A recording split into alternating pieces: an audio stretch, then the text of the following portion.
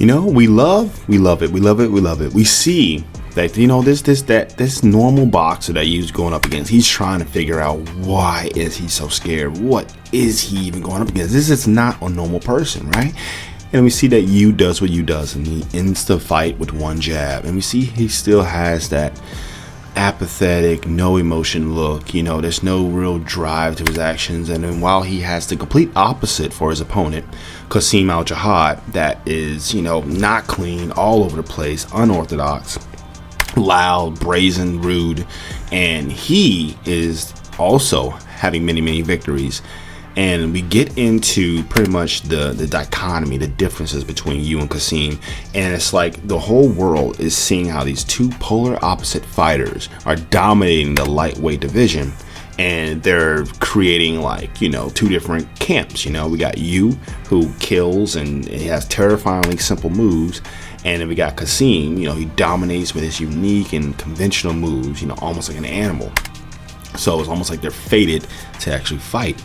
And the more interesting thing that we see is that Qasim is actually the first one to call out Yu, saying that not only is he going to beat him, but he is going to conquer everyone. And he has this, he has a lot of pride. I mean, Qasim is filled with a lot of pride, one of the sins. And we're going to see that pride be his downfall inevitably. And another note is that we see that K, who is Yu's trainer, and he is almost like ecstatically, maniacally laughing at Qasim's proclamation that he's going to be the world champion, because honestly, K knows that Yu is much, much, much stronger. Yu is a true monster. He's not imitating a monster. He's not trying to be a monster. It just is, almost like gravity and air. It just is. And when it comes down, to Qasim, he's going to give Qasim what he wants, he's going to love giving Qasim what he wants. And we see that Qasim, he starts and he divides the boxing world. We got half of the fans that pretty much, they're mesmerized by him. They're entranced by him. They think that he's going to change the boxing world with his unorthodox fighting style and his brazen attitude. And it's refreshing to see compared to the conventional boxing ways of, very, traditional fundamentals and stuff like that. And then we have the other camp that believes that, he's going to have his reckoning. He's going to have this day. He's mocking the boxing sport. And there's no way that he's going to keep getting away with this. And then we switch over to the news anchors that are going over like the two different, parallels between each other. And basically, one is saying, listen, it's inevitable. He's going to fall. We have countless experience and countless, points to point to like how this is like the optimal boxing way, the way that we have now. And then on the contrary, we have the other side of the other anchor that's pretty much saying, listen, man, with human evolution, pretty much it's like there are certain moments where, there's big moments of change, big moments of progress. And he's alleging that this is one of those moments, saying that Qasim is one of those moments for boxing where it's just we have to take that bitter pill and just accept that this is the new, better way. And he's going to see just how wrong that opinion is. But before we get there, it's just we see just how Qasim is just his brazen, unapologetic ways is actually kind of like trampling over the spirit of like the people that believe he's going to meet his end, until the point where it's just overwhelmingly people that believe he's right, he's true, he's justice, he's king, and it's all a lie. And we're going to see that soon, because Qasim is just filled with pride. And then when we switch back to Yu, he's training and he's hitting the heavy bag, and we see him do a very, very powerful jab, but it doesn't penetrate anything. But I note that, but you're gonna see later why I note that.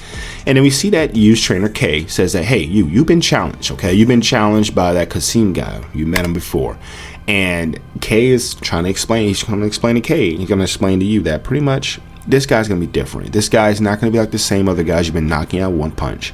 You're going to have to approach this a bit differently. But we don't see yet exactly what they talk about. But we see that right before the match begins, we got the little Bob Ross and the other anchor talking about, the long-awaited battle for the lightweight division.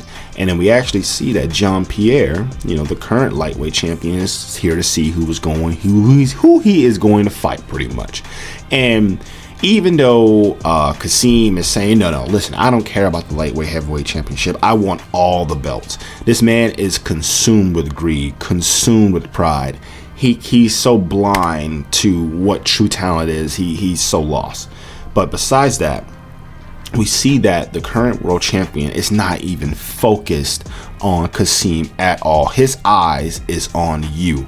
He sees you as being the real threat, because ever since the first time he saw him in his debut match, he was mesmerized. So he already knows pretty much who's going to win, and he's just waiting for the world to pretty much catch up.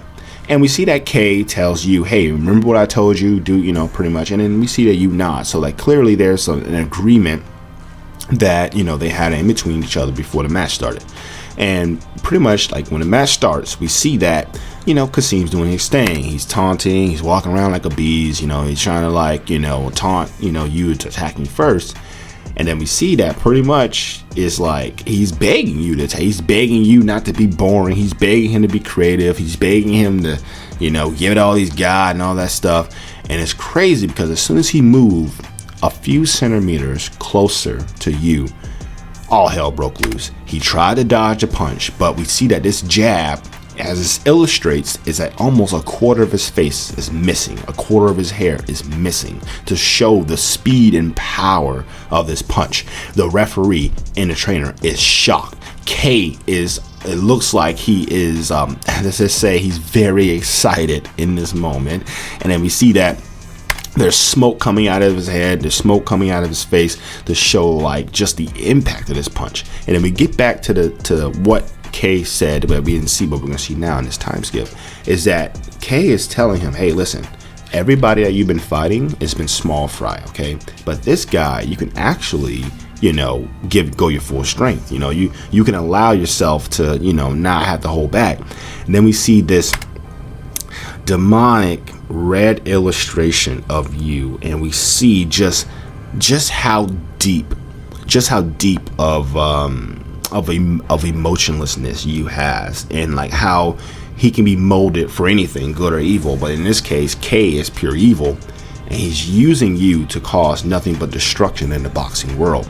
And then we see that when you was training, after Kay talked to him about using your full strength, that you punched a hole throughout dozens and dozens and dozens of heavy bags.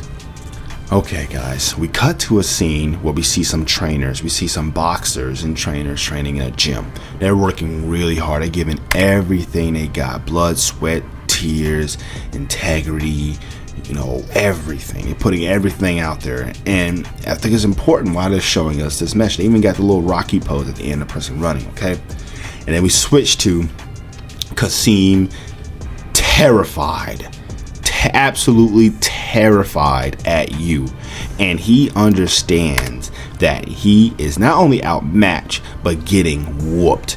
And he doesn't know what's going on. And Kay, the coach of you, understands exactly what's going on. Because he explained to us back when in the first chapter where he threw that punch at you, he said there's only two types of people who can dodge a punch like that.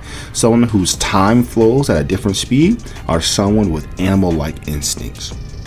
And we see that even with animal instincts, he knows he can't evade use punches completely. He can only minimize it. His instincts will allow him to just disperse the damage, not completely dodge it, because he has no technical skill. Okay, so pretty much in essence, Kasim Al-Jihad is just a big punching bag for you. He has all the muscles and all the power to sustain he has all the muscles and all the body to sustain this power. Okay, so that's how Kay sees Kasim, just a live sandbag, and that is so cruel. But honestly, he was asking for it. And we see that Yu is just constantly beating him. Well, I mean, with the heaviest blows we've seen all series. And Kasim can barely stay conscious throughout these blows. And we see the impact frames are marvelous and huge. And there's nothing that Kasim can do to evade these punches.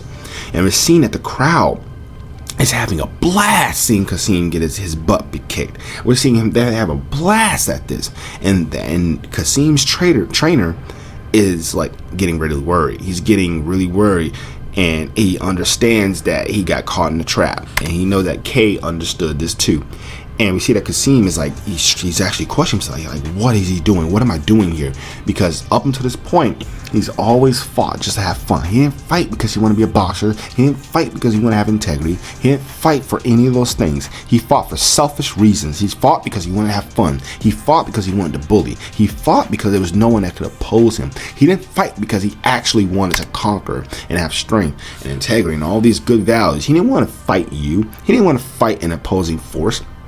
He just wanted an easy, breezy time, and this is his awakening. And we see that he's questioning himself. He's like, why am I fighting a guy like this? And why is this crowd cheering for my demise? You see, he had a childlike brain. He didn't fully understand the weight of the boxing world. He thought it was a game, but this is not a game. He sees how they are cheering for his demise, and it terrifies him. True terror. He gets the thought to want to escape the boxing ring, and his trainer is just like, dude, what are you doing? And Kay is laughing maniacally. He cannot get more happier than he is right now. He is so happy seeing his demise. And while Kasim's trainer is cussing him out, he is so angry at him. He doesn't understand why he's acting like this, until it dawns on him that he never trained him. He never taught him the basics. He never did anything to prepare Kasim for the boxing world. He just bought into the fantasy that Kasim is the new age and that he doesn't need molding. He doesn't need anything to be changed. But that was the fatal mistake, because you is constantly pressuring him and beating him up, and there's nothing they can do, and there's nothing they can do about it. Absolutely nothing. Even when he tries to fight back, there's to no result. It's all in vain. And his trainer is understanding that he's at fault. He was naive. He was a fool, thinking that Kasim could change things, and it was all a lie. And he's trying to tell Kasim that, listen, man, you have to just hold out for this round. I'll give you a strategy next. But then the next thing we see is almost something we never seen in boxing history. And that is that we see a fighter trying to leave the ring in pure horror. He is literally trying to escape like a wild beast running from an animal. Okay. And then we see the audience is stunned. The coach is stunned. The referee is stunned. The announcers are stunned. Everyone is stunned. This is the biggest shame in boxing history, and Kasim doesn't care. His trainer's like, listen, you cannot run away. Why are you trying to run away? And then Kasim, like a wild animal, lashing out, get out of my way. You don't know what it's like to go up against that man. It's insane, right? He's completely crashing out. He's completely, losing his mind, losing all of his principles and integrity and everything, and he wants to quit. Now, I was a boxer for a few years, and quitting, and that is just something that is deplorable, something that you don't do. And his trainer just snapped. He said, did you seriously think that boxing was a game? And we see the wrath on this man's face as he is disappointed and just in disgust at the cowardice that Kasim is showing. He actually punches him, and he's saying, listen, even if that bastard is stronger than you, even if he's the strongest in the world, you came here to fight, and you came here to show your skills. And there are so many people that train their hardest just for a moment that you have, for the chance that you have, and you would want to throw that away. How dare you? Kind of like energy, right? And then we see, back in the beginning of the chapter, all these boxers train. That's why we're showing that, they're training their hardest, and they're getting everything they have, every tear, every sweat, everything for the moment that you have right now in this ring. And Kasim, he just doesn't understand this, because he is a child. He's basically a child with animal-like instincts. He has no real foundation for anything in his life. It's all he wanted was just to bully and have fun. And he realizes now that there are just some things that you can't take lightly. And then we see the panel of his first opponent that we see him fight, the father that barely had any money for his son, and he wanted to just win the match so that he can have enough money to buy them a steak and have a proper dinner. And he remembers him saying, do not take boxing lightly. and he understands the weight of those words now, and he still decides to run away in fear. And his trainer, he has his head down in shame, and Yu is granted the victor.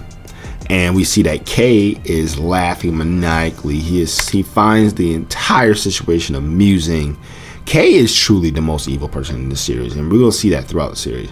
But then we cut to the boxer that Cassine first fought with the kid in a very, very poor, apartment. And he's coming home after, and he has injuries on his face, but he's smiling and happy. And we see that he, is bringing food home to his child. Penny X.